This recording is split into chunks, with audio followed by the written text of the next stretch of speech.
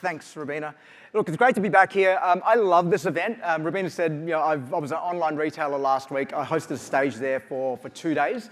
So I've been talking a lot, and I talk a lot in my professional life as well.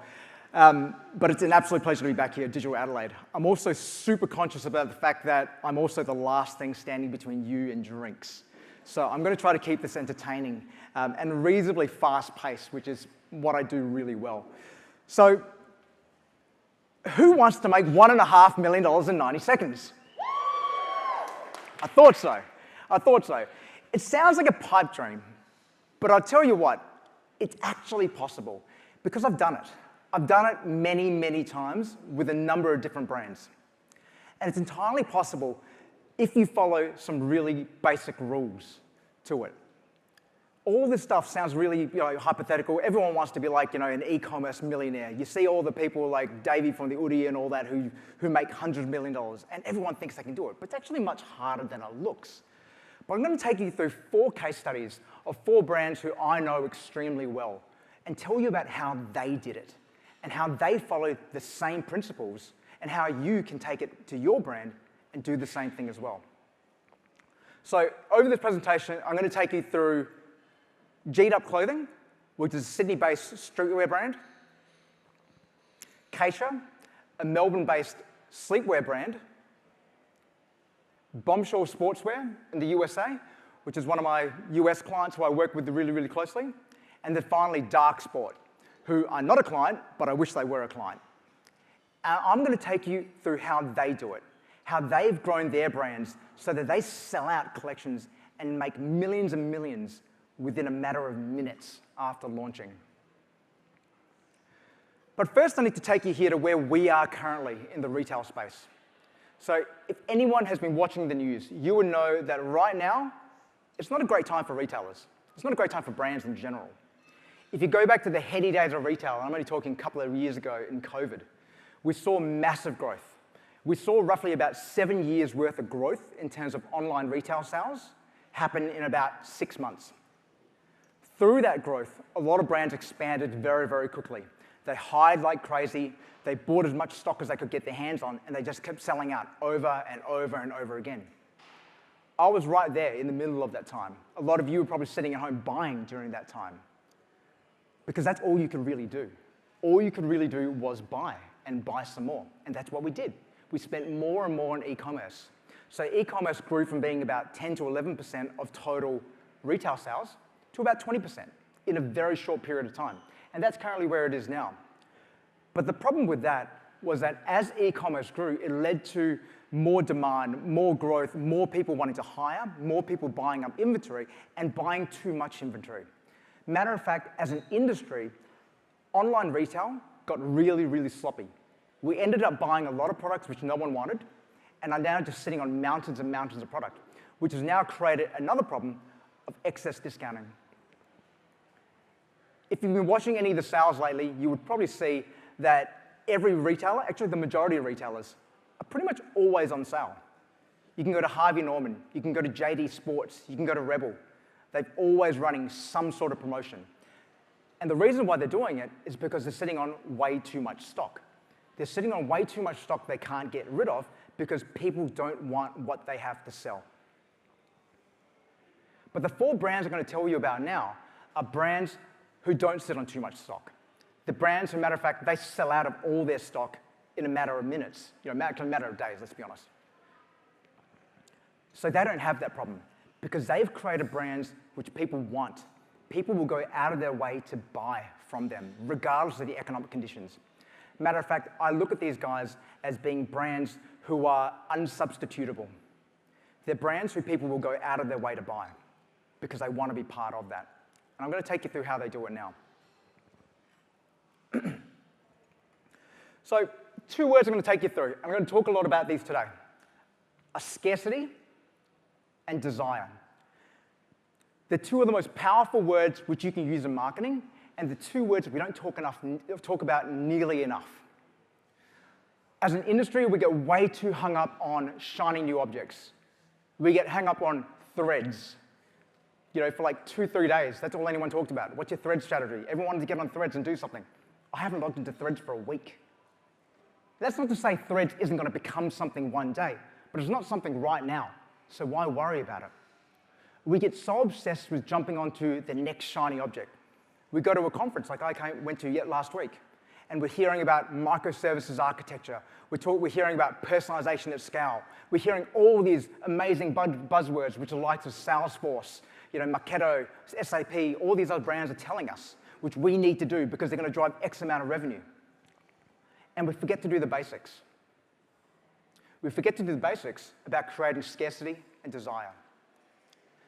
And what I mean by scarcity is about not having enough. Ooh, came out the wrong way. It's about not having enough of something. It's about making sure that that whatever you're offering is in short supply. And desire, about creating that emotional connection with something so that someone has an itch which only you can scratch, which only your product or service can scratch.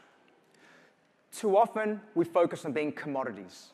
Too often, what we're doing is focusing on selling a t-shirt or leggings or this widget or that widget. But what we forget is that these widgets, these things we're selling, the utilitarian value is not different to anyone else's. My t-shirt does the same thing as your t-shirt. My leggings does the same thing as your leggings. So while we focus on selling the legging, why don't we focus on the other benefit of it? The desire. How do we create that desire so that someone wants my legging over your legging? That's what creating desire is all about. And that's part of what we've forgotten to do as marketers. Because we're getting too hung up on doing all the tactics, running all sorts of Facebook ads, doing all sorts of hacky things in terms of our Facebook ads and our Google ads and this, that, and everything else. But all they are tactics. And it's so easy for us to forget that Meta and Google, they're not your strategy. They're channels to help you execute your strategy. But yet so often we treat them like our strategy. So the first brand I'm going to talk to you about is G'd Up. Who's heard of G'd Up before? That's great. Because it means a lot of you are yet to hear about them, which is awesome. So G'd Up are a streetwear brand born in Western Sydney. They were born in Parramatta. So they were born out of a desire to be an inspiration to young men in the western suburbs of Sydney. Jake Parko, the founder of G'd Up, grew up in a life surrounded by crime. He had friends who went to jail. He had friends who were murdered. He had a lot of friends who were in very, very tough situations. And if you know a lot of people from that area, it's a pretty rough area. There's not really a whole lot for people to aspire to over there. Generally, you're either going to be in jail or you're going to be in a gang. Your fortunes aren't looking too rosy. So he wanted to create a brand which everyone who lived in that area could aspire to, which could be a symbol for all of them to look at and go like, yes, I understand who you are. You are a brand for me. While they sell streetwear, that's only the external, that's the expression of what they're trying to do. What they're really trying to do is to rally a community, to build a community around who they are. And they do this by understanding exactly who their customer is, because their customer is them. They understand who these guys are, who these young men are, the music they listen to, the things they're into, the shows they watch, what they do on the weekend, the way they talk to each other. And that's how they talk, because it's them. They created a brand which is just focused on a very, very small niche, which has now grown into a worldwide phenomenon, where they're now growing very, very fast in the US and the UK. Also talking to similar young men, men who do feel at odds with the world, who do feel that the world is out to get them, and creating something which they can get behind. Because he knows their customer. The whole company knows their customer. The story about G'd Up is that they now do $3 million in a day, and they only have 5 staff members. They only have 5 staff members, and they only just started doing email marketing about 3 months ago. When they were doing these sort of numbers, and they haven't done it once, they've done it over and over and over again. And this is just a small snapshot of that. They've done it because they focus so religiously on who their customer is and what's going to inspire and motivate them. All they sell is streetwear. They sell t-shirts, they sell hoodies, they sell trackies, they sell bomber jackets. They're selling clothes, but they're selling clothes which have a meaning. They're selling clothes which inspire their customers to rally around them. In Jake's words, the feeling they want to create is when they win, when we win, they win. And that's what all their marketing is focused around. It's all focused about building that community, getting involved in the things which their customers get involved in, from the music, from listening to hip hop, from boxing, from rugby league, things like that, which their customers get involved in, and then they get involved in those things as well, in a very, very real and authentic way. They don't do anything particularly fancy in their marketing, although they have been known to shoot crocodiles and alligators and camels in their shoots before, but it's them. They don't use models. They use their staff. They use people from their community in their ads. They regularly go onto Instagram and do walk and talks, which is Joey or Jake from the company just walking around and answering questions from the community. And they'll do this for hours and hours at a time. Jake once spent about 3 hours just on a walk and talk with customers sending in their questions, and he would answer as many of them as he could over 3 hours until he ran out of time, because they want to create that connection with the customer. They want to make sure that their customer knows that they're for them. That's what they're about. And by doing that, they're now able to do a drop and make $3 million in a matter of minutes. And they do this 12 times a year. The next brand I'm going to talk to you about is Chia. Chia is a sleepwear brand from Victoria. Don't boo. Chia is the brainchild of Leah Betts and Sophie Chia. Sophie Chia is an influencer and a former AFL WAG.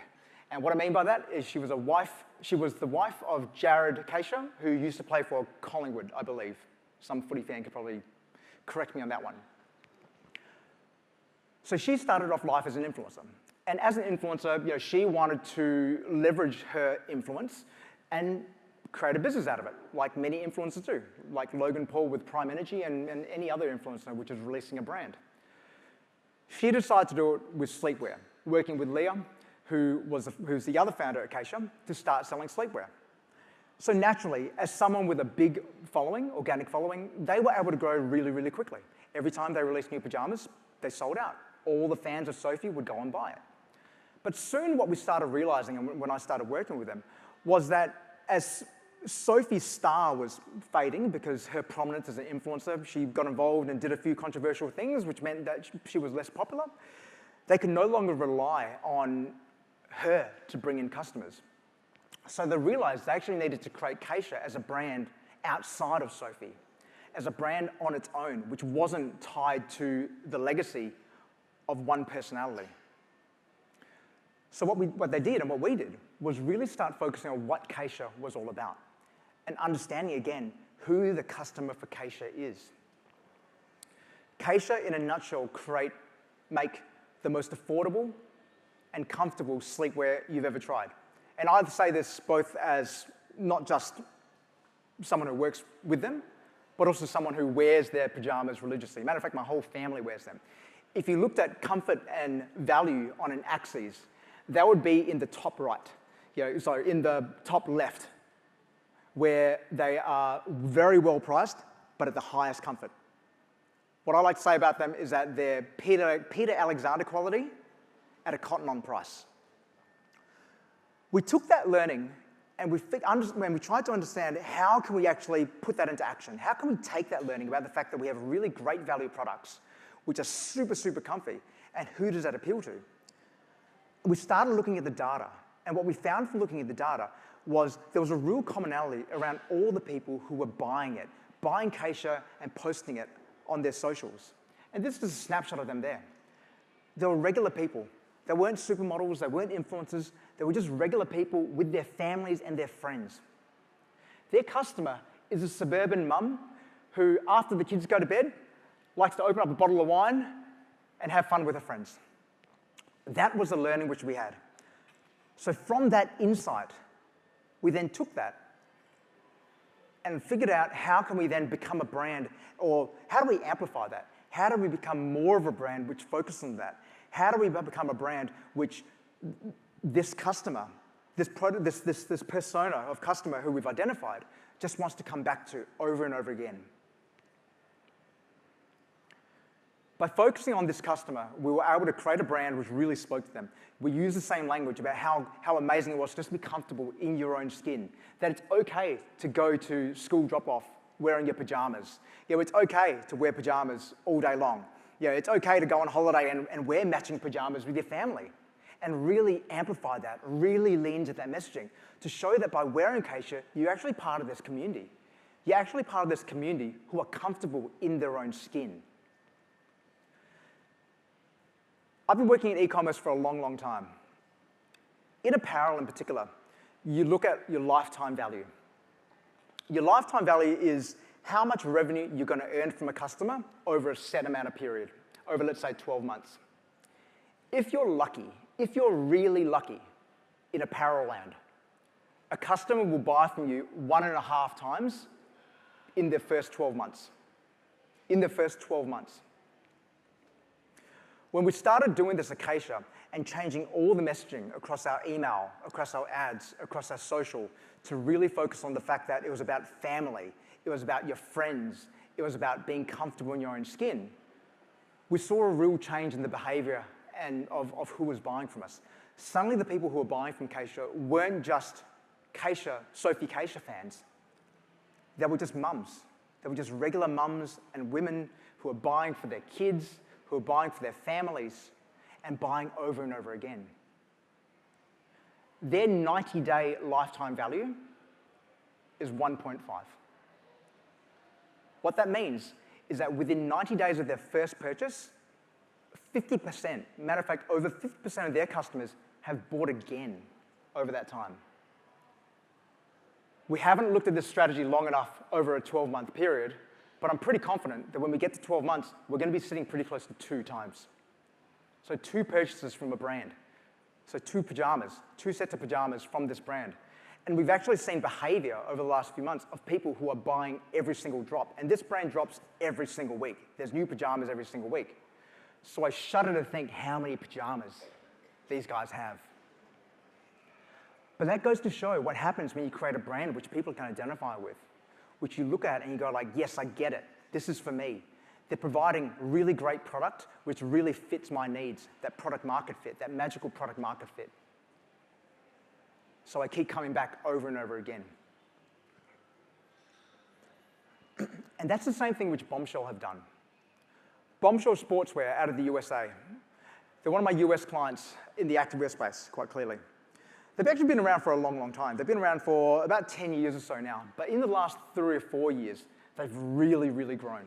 They've grown from being about a $10 million brand to being about a $40 or $50 million brand now in a matter of a number of years. And it's not just COVID which drove that growth.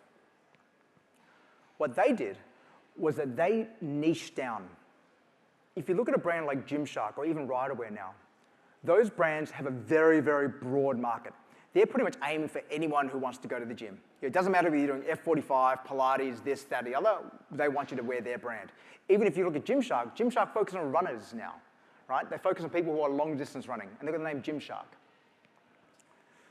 Bombshell did the opposite. They niched down. They focus on women who want to put on muscle. Their athletes are IFBB pros, WBFF, Miss Olympia winners. That's their customer. And they zero in on that customer. If you go to the gym, I go to Derrimut. If you go to Derrimut, you look at the girls there who are competing, 9 times out of 10, they're wearing Bombshell.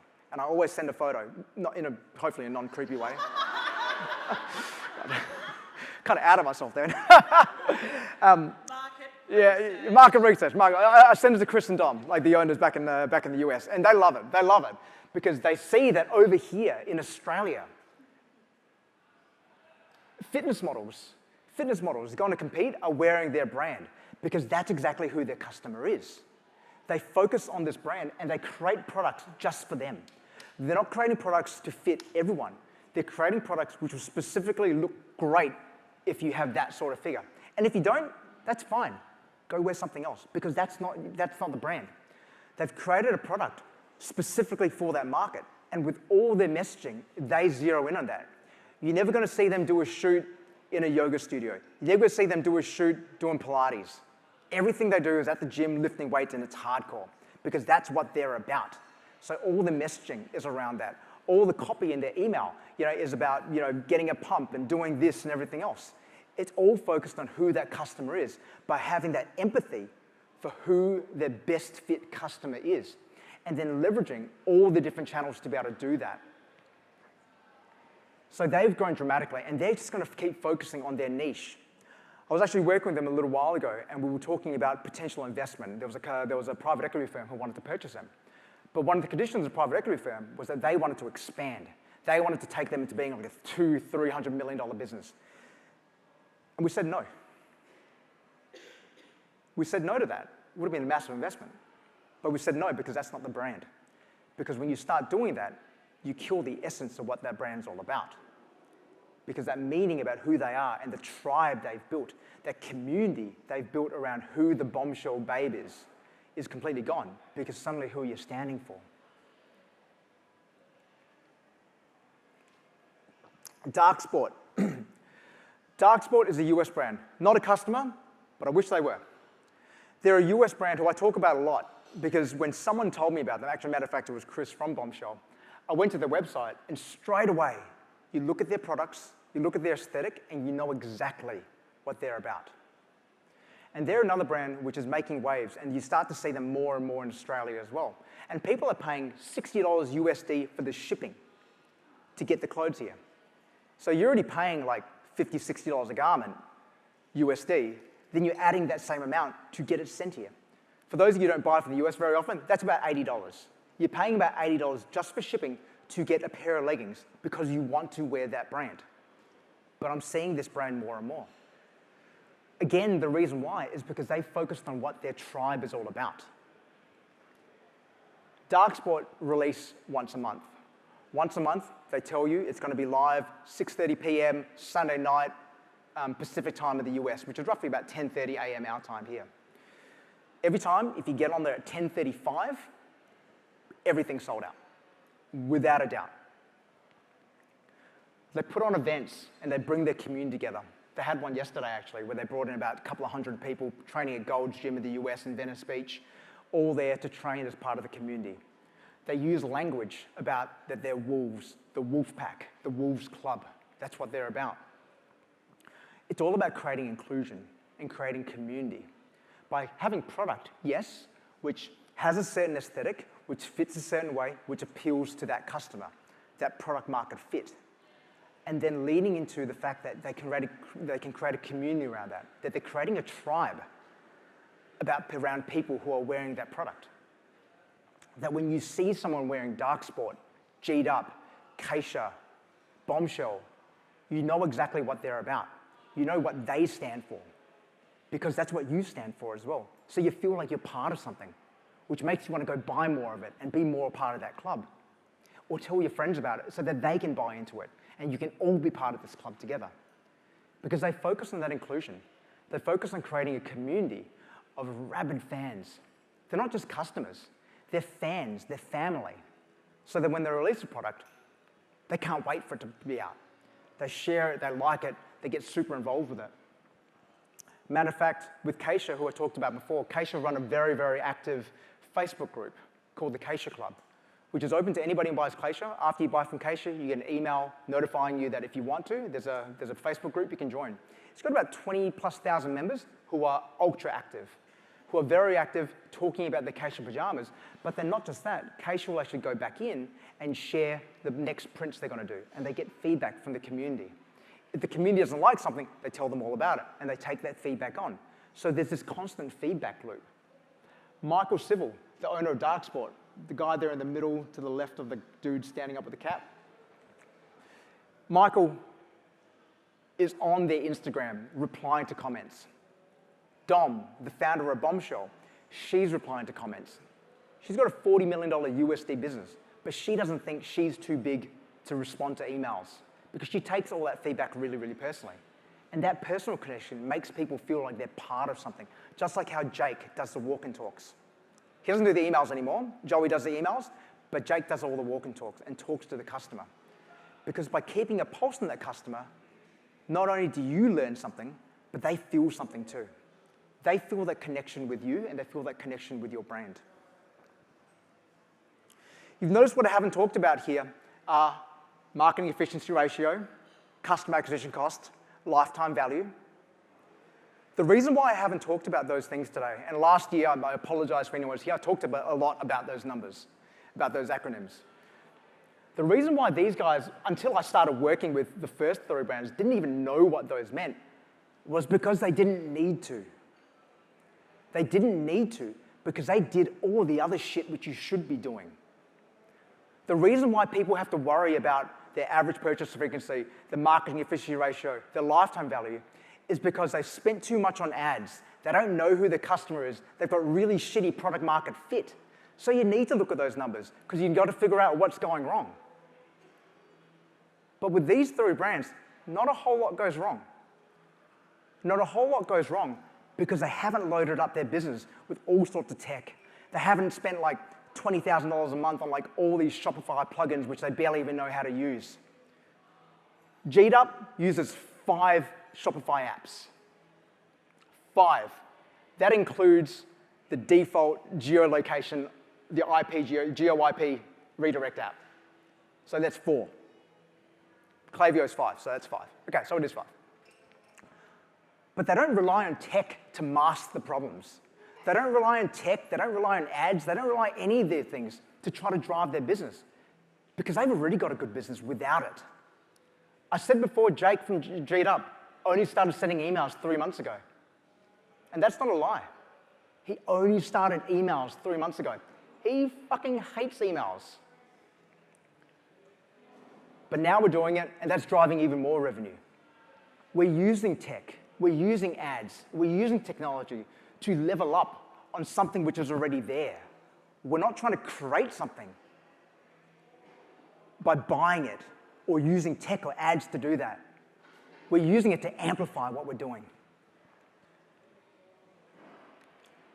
So, how can you make $1.5 million in 90 seconds? You can do it by doing these 5 things. By doing these 5 things which these 4 brands have done. Number 1, focus religiously on product market fit.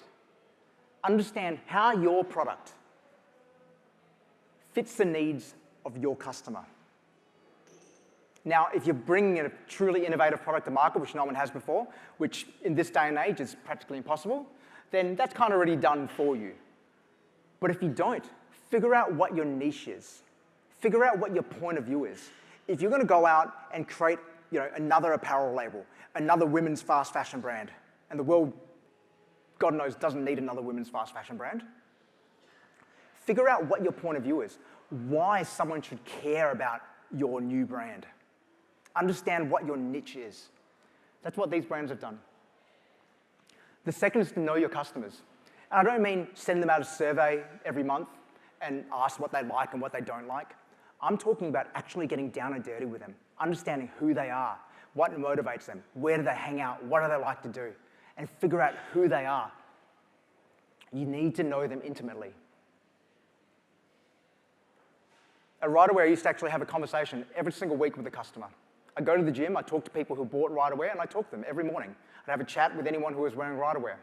Every week, I'd get on a phone call with either a customer in the UK, Australia, or the US, and speak to a customer every week for about 45 minutes and just talk to them about how they train, what do they like to do, what their family situation is, and I take all that information and I pass it back onto my marketing team so that hopefully there's some insight there which we can adapt and bring into our marketing to help us become more empathetic, and rather than becoming more homogenous, actually becoming more empathetic and more aligned with who our core customer is. Build that tribe. Tribes have to be built, they can't be bought. So you need to do it organically. Every single one of those brands didn't start their business by spending $100,000 in ads. They didn't have an MER of 20%. Every single one of those brands has an MER of sub 10%. That is unheard of in e-commerce these days. They spend less than 10% of the total revenue on ads because they don't need to. They get organic traffic, they get direct traffic, they get people who are just wanting to find out their brand and wanting to buy from them. They don't need to convince anyone to buy because they're already convinced, because they want to be part of that tribe. So you can't buy a tribe, you've got to build the tribe. You've got to put in the hard yards and build the tribe from the ground up. And then a bit about scarcity. I didn't really talk about this, and I should have talked about this, is not being afraid to leave money on the table. So I'm going to talk about this one a little bit more now. In each one of those cases, they could have sold more product. Matter of fact, the accountants for all those brands tell them often, we should order more, you should order more. We know you're going to get X number of people buying your product, you need to order more.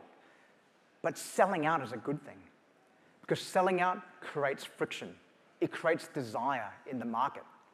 The law of supply and demand. If you have too much supply, the price has to go down to meet that to create the demand.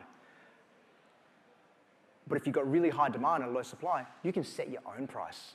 So you don't need to discount. You don't need to be 50% off every other week, because you're leaving money on the table. You're deliberately ordering to sell out. And that's a good thing. And that's not just for apparel. I know I've talked mainly about apparel brands here, but Besha, which is a new cosmetics brand, they recently sold out their new seaweed serum or something like that. Sea cucumber collagen. They sold out. They now have a waiting list of 30,000 people.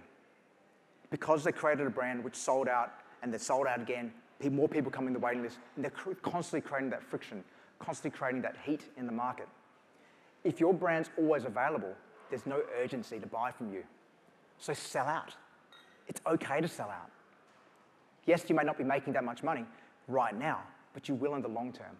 So sacrifice short-term gain, short-term pain for long-term gain. And then finally, keeping it simple. Like I've talked a lot about through here. None of what I've talked about is about applying best practice marketing tactics or some fucking white paper which somebody wrote from this research which somebody saw. It's not about that. It's about sticking to the basics. It's about really making sure you've got these basics nailed before you even start thinking about anything else.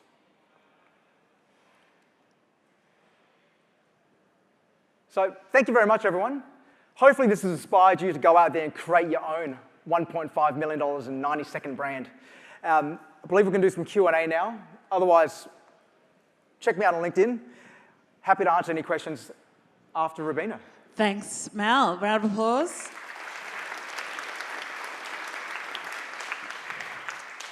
This one comes from Neil. Do you get tired of seeing brands release the same activewear stock screen printed with a logo? Is the e-commerce activewear market too overpopulated? Yes and no. Yes and no. Yes, do I get sick of it? Yeah, because I think it's lazy. I think the laziest thing you could do is just take a blank. And what I mean by a blank is just speaking to a Chinese manufacturer and giving them your logo and saying, print this on it and sell it to me. Because it's lazy and it doesn't add anything to the customer. Like I firmly believe in brands who aren't just looking for a market opportunity, who aren't just saying, oh, this is hot right now, I'm going to go do that, like oversized blankets, right? But are actually going in there because they want to solve a problem. What I didn't talk about all these brands, that they all solve a problem. They all solve a problem for their customer. Do you think there are any instances where scarcity and exclusivity don't work? Medicine. Medicine, food, toilet paper during COVID. Yeah. Yep, they are. Household essentials, they don't work. Yeah. But most of what we sell, matter of fact, I'm going to be quite blunt. Like, I help retailers sell more shit online, and that's what I do, right? Most of what it is discretionary spend. None of it is really essential. But there are definitely essential goods which you want to make sure are not scarce and affordable for everyone. Russell Shrale asks, what's the most frequently forgotten marketing principle when it comes to e-com?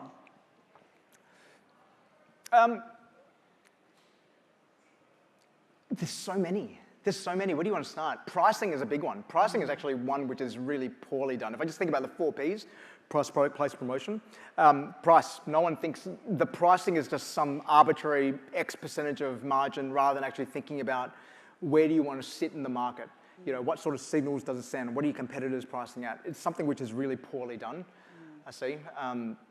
I can keep going. Yeah, no. Okay, price. Okay, there's 1 point for price, 0 points for place or product. That's all right. Well, actually, no, you talked all about product today. I talked about product. Place as well. So place is, place. Look, place is often underrated, I think. It is, but I think in terms of investment, too much investment gets put into the ads or what we're doing to drive traffic to your storefront in e-commerce. But not enough investment gets put into what happens after that, into your shopfront, and then what happens in that post-purchase fulfillment piece as well. As marketers, we overemphasize that traffic bit without thinking that we need to actually send them to a really nice destination. This seems rather skewed to business to consumer. Doesn't seem as feasible on business to business, as those have much longer decision times and longer customer journeys. Any thoughts? No, I think it also applies. I work with actually one brand, ZeroCo. Anyone familiar with ZeroCo before? Slightly more people than G'd up. That's really disappointing. Man, I'm not doing my job.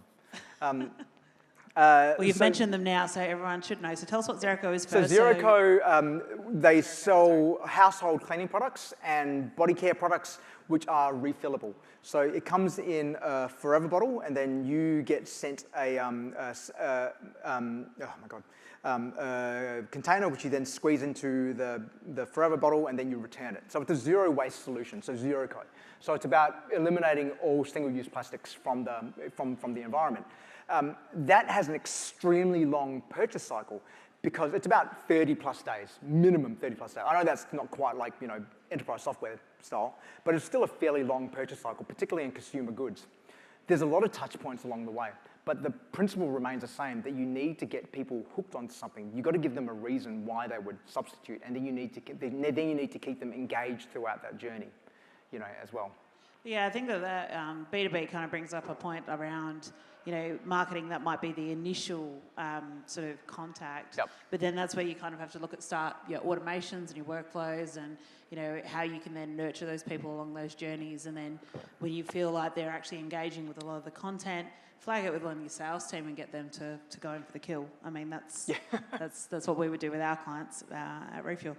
Someone's asked how have you helped these businesses, Mal? Variety of ways. So generally strategic planning, working with them to really figure out what their strategy is, identifying where they need to focus in their business to be able to improve and optimize by tapping new markets, improving margins, increasing spend in different areas, whatever that is, looking at their full marketing mix, looking at logistics and fulfillment, figuring out where are the bottlenecks which could potentially inhibit their growth. Then with Ecom Nation, my agency, it's through the growth operations, which is Shopify development, email marketing, and performance media. So it's typically a combination of each to optimize the storefront, get it ready for when we bring a qualified customer there, and then have email nurture flows in place, so CRM and loyalty, to then be able to increase the lifetime value of those customers. So whoever asked that question, if you want to know more, I'm happy to talk to you later about that. I'm sure he'll hang out for a drink as well. What's your best advice for finding the gap in the market, and is it better to target a niche audience? This one comes from Gina Lamb. Niche down, absolutely. You have to niche down. There's too many big players out there. Yeah, okay, you can say that, but then there have been quite a few questions here, which I'm going to summarise in one, which is where people are concerned they're going to miss out, right? And this is what goes to your point before, leave some money on the table, niche down, focus on your niche. Yep. But it's at the expense of being exclusive and not in being inclusive. So, can you be both? You need to be exclusive. I feel really, really strongly that unless you have 99% of products, you need to be exclusive. You need to focus on exactly who your customer is, because you can't boil the ocean, right? You've got to pick a very, very small part. You've got to just take that little part out and boil that. Yeah. You can't boil everything. And unless you have Unilever money or Elon Musk type money, you just can't do it, right? So you need to be selective about what you do. So you can try to target everyone and waste a shit ton of money, or you could actually be really focused and be very strategic with how you're spending that money to figure out whether you've got product market fit with that particular market. And with a lot of startups I work with quite a few startup brands as well who are just taking products to market. What I do with them is to actually help them just identify, okay, well, who's the best fit market? Who do we think is the best fit market? Okay, let's test that market. Let's organically test that market and figure out, do we have traction there? Are they responding to our messaging? Are they responding to, what we're putting out there on social media or Reddit or this, that, or the other? If they're not, then we move on and test another market. Yeah, and then we keep testing until we find the right market which resonates with what we're offering. And a lot of times you go in there with a hypothesis. And you've got to think like a scientist with all this. You've got to go in there with a hypothesis about who is my product going to best serve. Then you test that hypothesis. You test it rigorously. And if it doesn't work, that's okay. Because if you've done it right, you also haven't burnt like $1 million. You can test it with someone else. Jess Masters wants to know if you've personally spent $60 or more on shipping. Yes, I have. Yes, I have. What brand have you bought? Did you buy that? I bought Dark Spot. Yeah. That's why he knows it so well. What are your thoughts on drop shipping? Fucking hate it. Fucking hate it. Oh my God. At least he's honest, right? Yeah, I hate drop shipping. I hate companies like Temu. Look, drop shipping is, again, lazy in the sense that I'm just finding a niche, I'm finding an opportunity, and I'm just going to sell that opportunity. There's no heart, there's no soul that. If that's your brand, that's great. I won't work with you. Flat out, I and Ecom Nation will not work with you because that's not the sort of brands we work with. We work with brands with soul. We work with brands who want to create something, who want to solve a problem, with their customer base. And if you're just drop shipping something because you want to make a few bucks, then good luck to you. You're not my customer. So on that point as well, Temu as well. Are you guys familiar with Temu? Temu. Yeah. Who else gets those ads? I get hammered by them. Oh, it's orange everywhere on my phone. Yeah, Temu is another really interesting one. I've been talking about this one a lot more. You're going to be seeing a lot of competition from Temu as well. So I think dropshippers are fucked for the sense that you can get that same product from Temu at without the markup, right? Because Temu is being funded by the Chinese government to get those manufacturers, to get those factories working again, because everyone shipped their manufacturing to another country so that they can start selling their products again. That's another rant. I'm happy to go on. This is a fun one. What's your advice for a company whose tribe is made up of an older demographic who will become extinct and then have to expand their reach for survival, i.e. kind of try to bring the 50-somethings into that audience? I mean, I can think of a couple brands yesterday who are on stage who probably have that problem. So recent brand, Tiffany & Co. Tiffany & Co. was an old ladies brand. Yes, they had a bit of cachet, but really they were an old ladies brand. There were much younger, cooler jewelry brands to have come up over the last 10 or so years.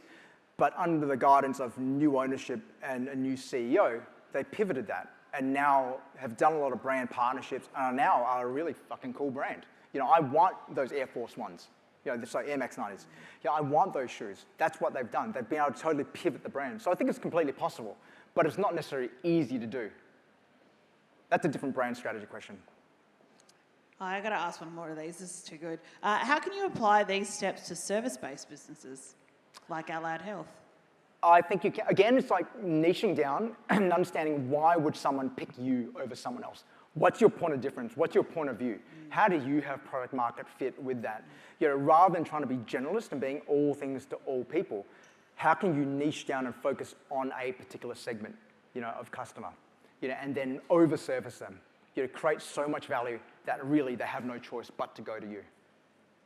One final question before we break for the wrap-up, but for businesses that are traditional retail that are now selling online, how should they transition to a more modern approach? Oh, God. Where do you want to start with that? First of all, do you have a website? I'm going to say gut feel, yes, they do. Okay, well, look, you've got to think about it through 4 Ps, price, product, place, promotion. Like, what's your product? What's your niche? What's your platform? Like, is it properly set up for e-commerce? Then how are you getting traffic there? But, if you think about it in terms of like a clock, like what happens pre-purchase, before someone purchases, which is all about getting the right customer to your website, then that point of purchase, what does your website look like? Can they actually transact on it? What payment options do you have? Do you have proper security in place? Do you have attractive product description pages, things like that? And then finally looking at the whole logistics piece. It's not as easy as just going on there, setting it up and selling. To be successful in this area, you do need to put a little bit of thought into it. You do need to have a plan, and you do need to think about all those areas around pre-purchase, purchase, and post-purchase, and ensuring you've got all the right systems in place to handle that. That was awesome, I think. Round of applause for Chia, final speaker for Digital Adelaide 2023.